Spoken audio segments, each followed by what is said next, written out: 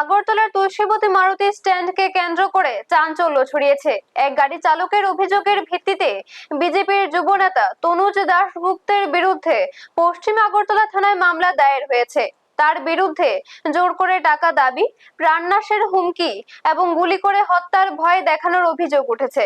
অভিযোগকারী গাড়ি চালক বিট্টু কর্মকারের দাবি, তিনি তুলসীবতী মারুতি স্ট্যান্ডে গাড়ি কিনে দীর্ঘদিন ধরে যাত্রী পরিবহনের কাজ করছেন। তার অভিযোগ, তনুজ দাশগুপ্ত দীর্ঘদিন ধরে তার কাছ থেকে জোর করে টাকা দাবি করে আসছিলেন। অভিযোগ অনুযায়ী স্ট্যান্ডে এসে টাকা দেওয়ার জন্য বিট্টু কর্মকারের উপর চাপ সৃষ্টি করা হয়। টাকা না দিলে প্রাণে মেরে ফেলা হবে এবং গুলি করে হত্যার হুমকিও দেওয়া হয়েছে বলে অভিযোগ। ঘটনার পর আতঙ্কিত হয়ে বিট্টু কর্মকার এবং স্ট্যান্ডের অন্যান্য চালক ও প্রতিনিধিরা পশ্চিম আগরতলা থানায় লিখিত অভিযোগ দায়ের করেন। অভিযোগের ভিত্তিতে পুলিশ তদন্ত শুরু করেছে।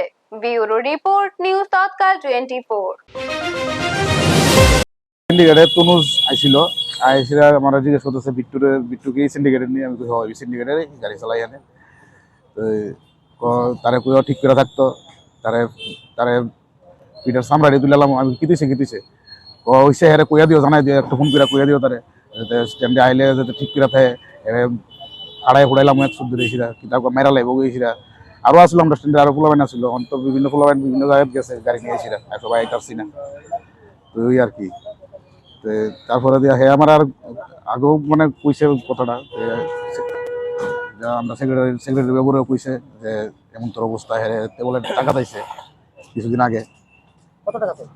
কি 50,000 টাকার মতো চাইছে না, 50,000 টাকা বলে চাইছে। টাকা না দিলে বলে হেরে গুলি করে মেরা লেবো। টাকা চাইছে ওই তনুজ দাশগুপ্ত।